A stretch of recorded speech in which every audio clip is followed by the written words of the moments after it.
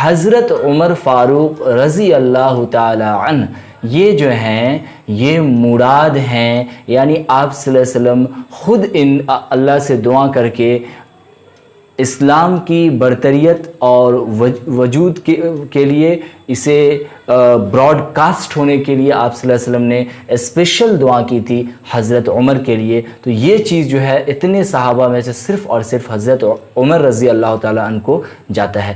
اور آپ کو پتہ ہونی چاہیے تھا کہ پہلی جو محرم ہے 1 تاریخ کو ان کی وفات ہوتی ہے اور یہ اس دنیا سے رخصت کر کے دوسرے دنیا میں پھر یہ فانی ہو جاتے ہیں. اس کے بعد آپ پھر 10 محرم کی جہاں تک بات ہے کہ آپ لوگ جو حضرت علی اور حسین کے بارے میں سنتے ہیں، اس سے پہلے اگر آپ اور تاریخ کو اگر آپ دیکھیں گے تو آپ کو پتہ یہ چلے گا اسٹوڈنٹس کہ 10 محرم کو آدم علیہ السلام کا توبہ قبول ہوئی اور 10 محرم کو ابراہیم علیہ السلام کو آنکھ کے ڈھیر سے نکالا گیا. ایک چیز تو آپ سمجھ جائیں کہ میں یہاں ساری چیزوں کا فل ڈسکرپشن نہیں دے رہا، صرف میں انڈیکیشن مارک دے رہا ہوں. میں نے آپ کو پہلے ہی بتایا. اب حضرت میں نے آدم کا بتایا کہ ان کی توبہ قبول ہوئی، یہ کیا ہے نہیں ہے، یہ سارا ایک ٹاپک ہے اسٹوڈنٹس. تو میں صرف یہاں پہ امپورٹنس میں بتانا چاہ رہا ہوں اور یہ بتانا چاہ رہا ہوں کہ حضرت عمر اور حضرت حسن اور حسین سے پہلے بھی یہ جو منتھ ہے یہ کافی بابرکت اور اس کا بہت ہی زیادہ امپورٹنٹ رہا ہے. تو اس طرح سے پھر آگے اگر دیکھا 10 محرم کو آپ پھر دیکھیں تو نوح علیہ السلام کی کشتی جو جودی پہاڑ پر رکی وہ تاریخ بھی جو ہے اسٹوڈنٹس 10 محرم ہی تھا. اچھا، موسیٰ علیہ السلام اپنے قوم بنو اسرائیل کو لے کر نکلیں، وہ دن بھی 10 محرم ہی تھا. تو 10 محرم کو اسٹوڈنٹ سے آپ اگر یہاں یونس علیہ السلام کا بھی جو آپ واقعہ پڑھے ہوئیے گا تو یونس علیہ السلام کو جو مچھلی کے پیٹ سے نکالا گیا وہ بھی جو ہے 10 محرم کا ہی دن تھا. اوکے، تو اس طرح سے یہاں سے کلیئر پتہ چلتا ہے. اور بھی ساری چیزیں ہیں کہ 10 محرم جو ہے آلریڈی یہ پہلے سے ہی جو ہے بابرکت اور پاکیزہ منتھ اس کو مانا گیا ہے. لیکن اب جو میں کہہ رہا ہوں اس بات کو آپ غور سے سمجھیں. لیکن کیا ہے کہ آپ نے اتنی ساری چیزیں تو دیکھی کہ 10 محرم میں تھا ٹھیک ہے، لیکن آپ دیکھو عظیم واقعہ اس منتھ کا جو عظیم واقعہ ہے جو ان سارے فضیلتوں پر غالب آ گیا جو انسانی زندگی کو میں آج بھی رسا بسا ہے، وہ ہے کربلا کا میدان کا واقعہ، جس میں حضرت حسن و حسین اور ان کے 72 ساتھیوں اور 16 جو ان کے مطلب اپنے گھر کے تھے، ان سارے کی شہادت حضرت حسن اور حسین کے ساتھ موجود ہے.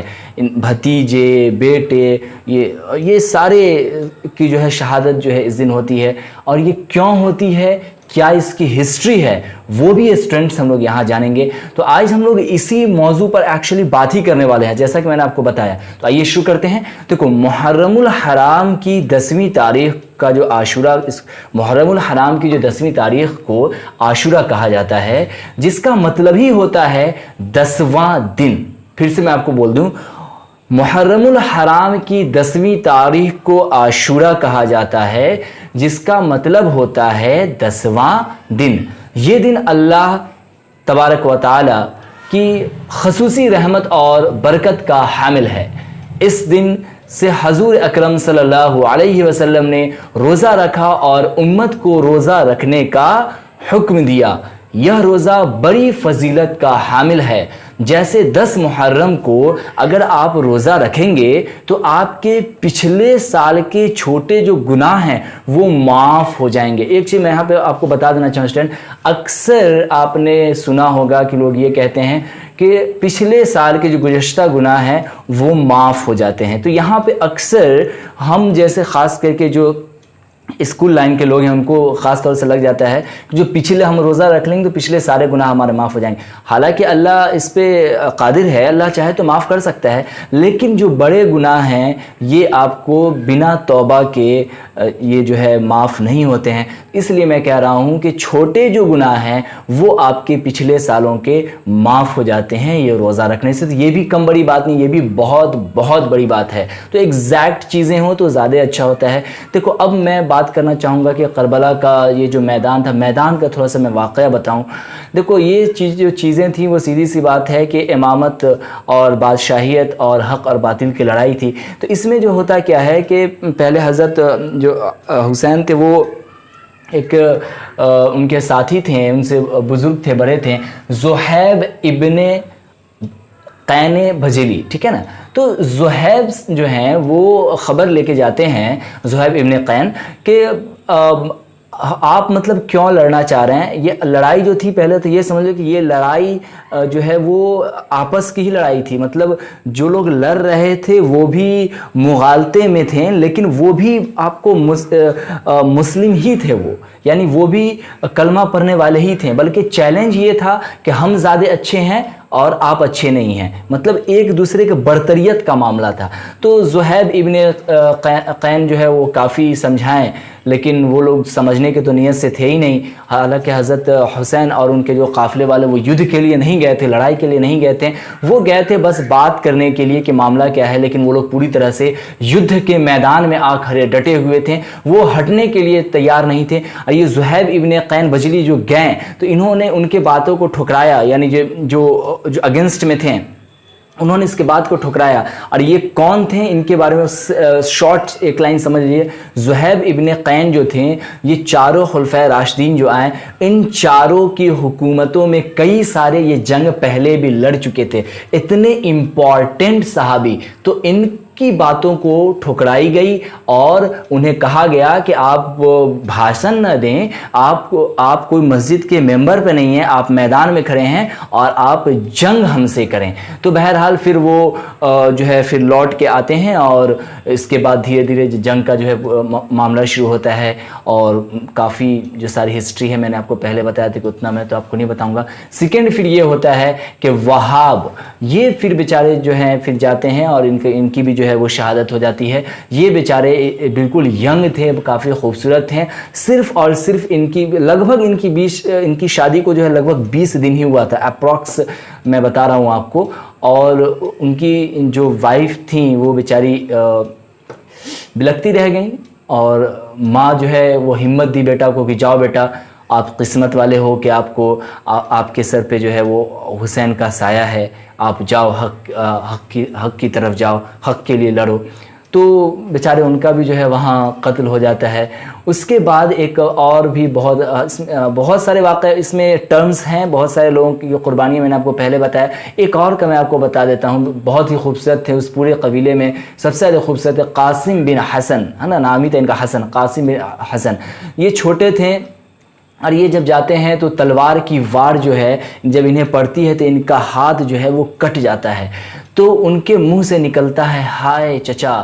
تو حضرت حسین جو ہے ان کے چچا تھے تو وہ خود بیچارے بہت زخمی رہتے ہیں، لیکن وہ لپک کر جو ہے وہ سارے جو باؤنڈری تھا جو دشمنوں کا اس کو توڑ کے وہ چیر کے جب وہاں تک پہنچتے ہیں تو جو یہ حسن کا جس کا میں نے آپ کو نام بتایا قاسم بن حسن، ان کی جو ہے روح جو ہے لگ بھگ نکلتی رہتی ہے. ان کا جو پیر کا جو ایری ہے وہ جو ہے وہ زمین میں رگڑ کھاتا رہتا ہے، اس کو سینے سے لگا لیتے ہیں. اور ان کی جو اس بچے کی یعنی جو قاسم بن حسن کی جو آخری جو ہچکی ہے وہ حضرت حسین کے سینے سے جب اس کو لگا لیتے ہیں تو وہاں ان کے گود میں ان کی ہچکی نکلتی ہے.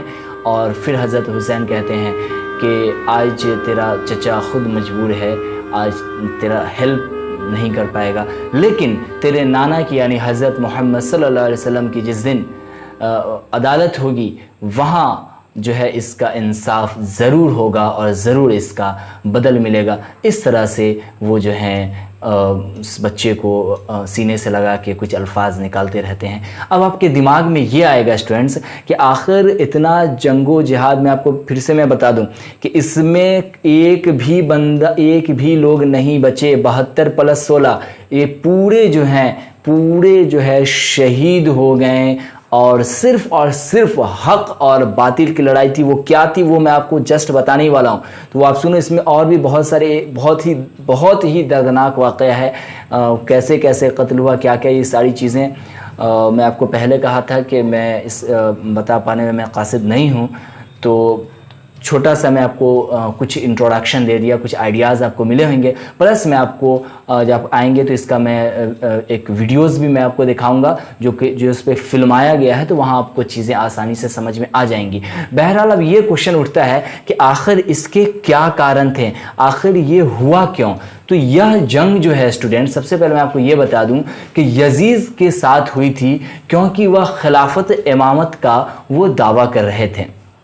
تو دیکھو یہ لڑائی ہی تھی برتریت کی, یعنی یہ ایک پرکار کے کردار کی جنگ تھی. وہ کہہ رہے تھے یزید کہ ہم زیادہ بہتر مسلمان ہیں, اور حضرت حسین جس پہ کوئی شک ہی نہیں کیا جا سکتا نعوذ باللہ, وہ تو آلریڈی بیٹر تھے ہی. تو ادھر بھی کہا جا رہا ہے کہ ہم بیٹر, اور ادھر کا اصل میں معاملہ کیا تھا کہ یزید جو تھا, جو بھولے بھالے مسلمان کو پورا کو برگلا چکا تھا, وہ میسج دے چکا تھا کہ حضرت حسین جو ہیں وہ اپنے نانا کے دین سے وہ وچلت ہو گئے ہیں, وہ اس کو 100% فالو نہیں کر رہے ہیں, وہ غلط ٹرم پر آ گئے ہیں. تو اس طرح سے انہوں نے بہت بڑی 3000 کی فوج مسلمانوں کو ہی برگلا کے انہوں نے کر لی تھی, تاکہ ایک سطح کی ایک طرح سے لڑائی اس کو کہا جا سکتا ہے. تو وہی میں نے کہا کہ یہ جنگ یزید کے ساتھ ہوئی کیونکہ وہ خلافت یا پھر امامت کا دعویٰ کر رہے تھے, اور حضرت حسین کو پتا تھا کہ وہ حق پر نہیں ہیں,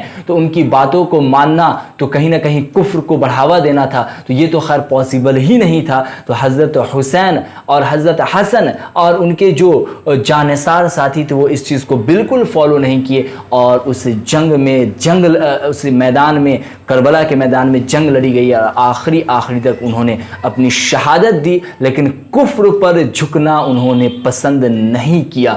یہ بہت بڑا میسج یہاں مل رہا ہے, میں آپ کو بتاؤں گا نسکرش کے روپ میں بھی. تو یہ ایک پرکار کے کردار کی جنگ ہوئی کہ نہیں ہوئی؟ ایک طرف وہ کہہ رہا ہے کہ میں گڈ کریکٹر ہوں, اور یہ ادھر تو خیر گڈ کریکٹر تھے ہی. تو کہیں نہ کہیں کردار کے بیسس کی یہ لڑائی تھی, ایسا کہا جا سکتا ہے. ہمیں جو یہاں سمجھ میں آیا, میں نے آپ کو پہلے بتایا کہ I am not lecture of the Islam, but ایک چھوٹا سا ایک طالب علم میں ضرور ہوں. میں خود اس چیز پہ ریسرچ اور پڑھائی کر رہا ہوں, تو چھوٹی سی چیزیں تھی, تو میں نے سوچا کہ آپ تک میں یہ لا سکوں. اب دیکھو یہ جو لڑائی تھی وہ حق و باطل کی جنگ تھی. حق اور باطل یعنی کہ فیکٹس اینڈ افیکٹس کی یہ لڑائی تھی, یعنی ست اور است کی لڑائی تھی. جس طرح سے آپ نے مہا بھارت کے یدھ میں آپ نے سنا ہوگا کہ جو شری کرشن کہتے ہیں کہ اگر حق کے لیے, فیکٹس کے لیے, اگر اپنوں پر بھی اگر تلوار اٹھانا پڑے تو انتتہ وہ کہتے ہیں کہ آپ اٹھاؤ اور کرو. آپ نے سنا ہے نا, وہ کہتے ہیں کہ ہم کیسے اپنے رشتہ داروں پر ہم جو ہے وہ تلوار اٹھائیں. تو پھر کیا کہتے ہیں وہ کہ حق کے لیے اگر انتتہ کوئی آپشن نہیں بچے تو وہاں پر اپنوں کے لیے بھی جنگ کی جاتی ہے. یہ میں نے آپ کو باقی ویڈیوز میں نے آپ کو بتایا تھا, شاید آپ کو پتہ بھی ہوگا مہا بھارت کے یدھ کا. اسی طرح سے کچھ ریلیٹ آپ وہاں سے کر کے سمجھنے کے لیے سمجھ سکتے ہیں. اور آپ کو میں یہ بتا دوں, یہ جنگ میں جو آپ کو یزید تھے وہ 3000 کی فوج میں تھے, اور اس طرف جو تھے جو حضرت حسن اور حسین کے طرف جو تھے وہ صرف اور صرف امام حسین کی فوج میں وہ 88 لوگ تھے, 72+16 کے آسپیکٹس میں تھے. اوکے اسٹوڈنٹ, اب اس پورے یدھ سے کیا نسکرش نکلتا ہے وہ تو آپ کو سمجھ میں آ ہی گیا ہوگا. باطل کے سامنے کبھی بھی سر جھکایا نہیں جا سکتا. اس بات کو کنٹھسٹ کر لیجئے, یہاں یہی تو ہوا ہے. آپ دیکھو نماز کا وقت ہوا اس میں, اور انہوں نے بھیجا کہ آپ ایک کام کرو. کس کو بھیجا میں نے پہلے بتایا تھا, ابن قینین کو انہوں نے بھیجا کہ آپ جاؤ, انہیں کہو کہ نماز کا وقت ہوا ہے, یدھ کو یہیں روکا جائے, جنگ کو, اور نماز پڑھ لیتے ہیں, تم بھی جب تک سستا لو, آرام کر لو, پھر ہم لوگ اس چیز پہ اپنا جنگ کرنا ہوگا تو جنگ کریں گے. وہ کہتے ہیں کہ ٹھیک ہے آپ جائیں نماز پڑھیں, لیکن پھر یہ پیچھے سے جو ہے جب لوگ نماز پڑھتے رہتے ہیں تو یہ پھر سے پیچھے سے آ کے وار کر دیتے. پھر بھی جو 2-4 لوگ جو پہرا دے رہے تھے وہ لڑنا پسند کیا, اور باقی جو نماز میں تھے وہ نماز کو چھوڑنا نہیں پسند کیا. نماز میں تیر لگی لیکن نیت انہوں نے نہیں توڑا. تو آپ سوچو کہ اتنا آرام سے جو ہم لوگ نماز چھوڑ دیتے ہیں, ایک دن میں 5 وقت کی نمازیں ہیں, اس سے کیا سمجھ میں آ رہا ہے اسٹوڈنٹس؟ میں نے آپ کو کئی بار کلاس میں بھی کہا ہے میں کہ بھیا نماز نہیں چھوڑو. اگر نماز چھوڑنے کا اگر